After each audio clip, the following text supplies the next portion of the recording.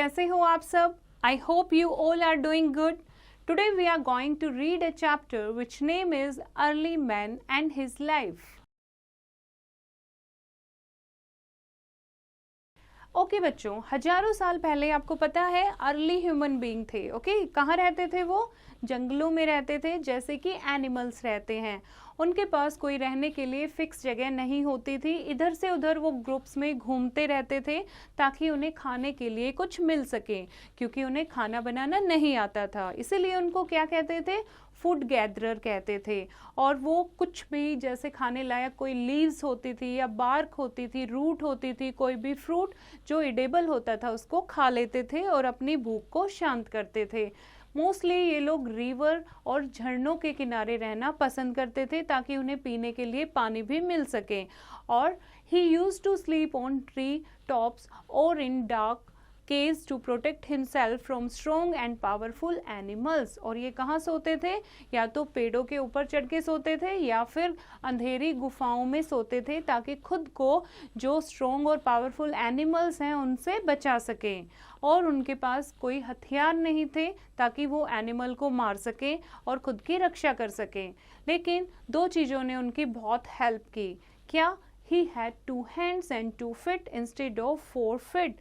Which other animals had? क्योंकि उनके पास 2 हाथ थे और 2 पैर थे, 4 नहीं थे जैसे कि एनिमल्स के होते हैं. और इन 2 हाथों की हेल्प से उन्होंने बहुत सारे ऐसे काम किए जो कि पॉसिबल नहीं थे.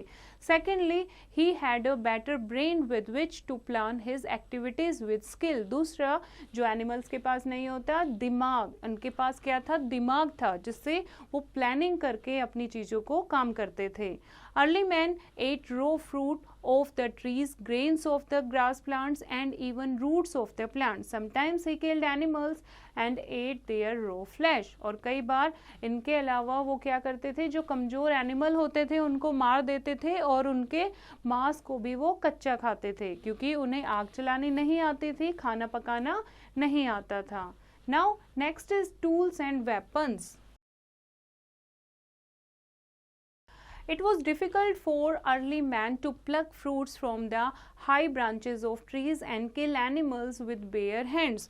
बहुत ऊपर ऊपर जो फ्रूट लगे होते थे उनको पकड़ना उनके लिए बहुत मुश्किल था, या एनिमल्स को अपने हाथों से मारना बहुत उनको मुश्किल लग रहा था. इसलिए उन्होंने क्या किया? लकड़ी की स्टिक्स को और स्टोन्स को यूज़ करना शुरू किया. स्टोन को लकड़ी की स्टिक के साथ बांध कर वो एज अ वेपन उसको यूज़ करने लगे. He found that some edged and sharp stones helped in digging roots and hunting animals. उनको लगा कि जो नुकीले पत्थर हैं वो इजीली उनसे मार सकते हैं या रूट्स को डिग कर सकते हैं, एनिमल का शिकार कर सकते हैं. इसीलिए उन्होंने क्या शुरू किया? स्टोन के टूल बनाना शुरू किया ताकि उन्हें खाने के लिए आसानी से मिल सके. Gradually he learned to shape stones by breaking and sharpening them. धीरे धीरे उन्होंने एक दूसरे के साथ पत्थर को रगड़ के, स्टोन को रगड़ के उन्हें शार्प करना शुरू किया.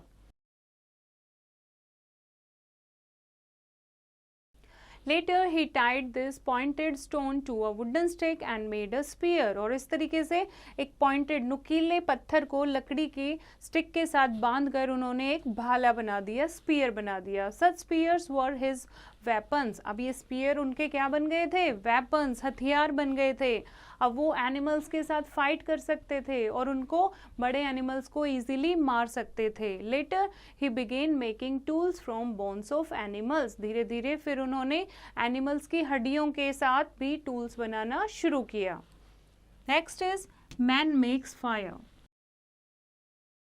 Early men saw fire breaking out and destroying forest and animal. Early man ने देखा कि आग जब जलती थी तो पूरा जंगल जो है वो तबाह हो जाता था, डिस्ट्रॉय हो जाता था, और एनिमल्स भी बहुत सारे उसमें मारे जाते थे. और उन्हें आग से क्या लगता था? डर लगता था.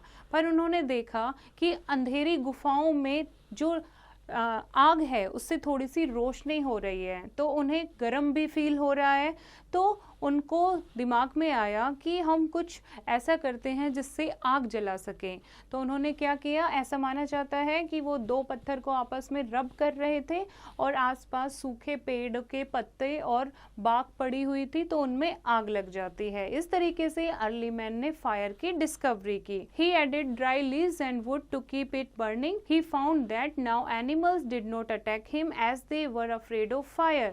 अब उन्होंने देखा आग जलाने के बाद एनिमल जो हैं उनके पास आने से डर रहे हैं, उनको अब वो अटैक नहीं करेंगे। He also noticed that food cooked in fire was more tasty and soft. Now he was not much afraid of fire. अब उन्होंने देखा जो खाना है अगर वो पका कर खा रहे हैं तो बहुत टेस्टी और सॉफ्ट लग रहा है, तो अब वो फायर से भी उनका जो डर है वो नहीं रहा। अब फायर से भी वो क्या करने लगे, एडवांटेज लेने लगे, अपना खाना पकाने लगे, अपनी अंधेरी गुफाओं में रोशनी करने लगे, उनसे उन्हें गर्मी भी मिल रही थी और पशुओं से भी वो अपने आप को बचा पा रहे थे।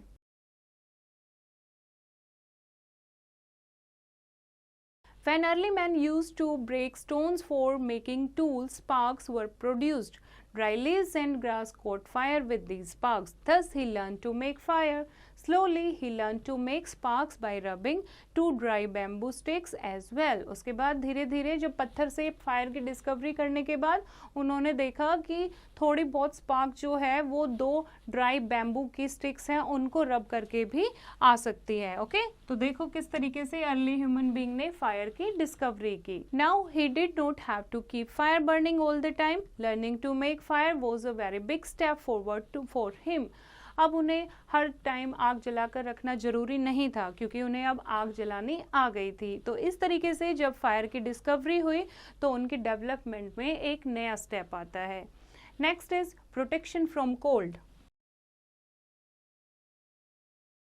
पहले अर्ली मैन जो थे वो कपड़े नहीं पहनते थे क्योंकि उनके पास कपड़े नहीं थे, तो क्या करते थे, खुद को बचाने के लिए केव्स में रहते थे ताकि खुद को रेन और कोल्ड विंड से बचा सकें। He kept the fire burning in the open to protect himself from cold. उसके बाद आग को जलाकर रखते थे ओपन में ताकि खुद को ठंड से बचा सकें। Gradually he covered his body with big leaves, bark of trees और skins of animals. These protected him from cold. उसके बाद धीरे धीरे उन्होंने कपड़े पहनना शुरू किया। कपड़े किस फॉर्म में, बड़े बड़े पत्तों के साथ या फिर पेड़ों की बार्क्स या फिर एनिमल की स्किन्स के साथ खुद की बॉडी को ढकना शुरू किया। Now here is the classroom activity.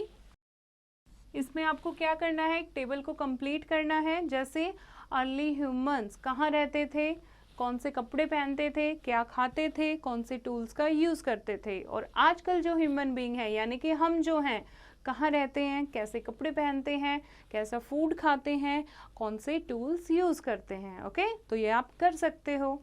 I hope बच्चों आपको ये चैप्टर समझ आया होगा। फिर से इसको रीड करेंगे और एक्सरसाइज की प्रैक्टिस खुद करेंगे।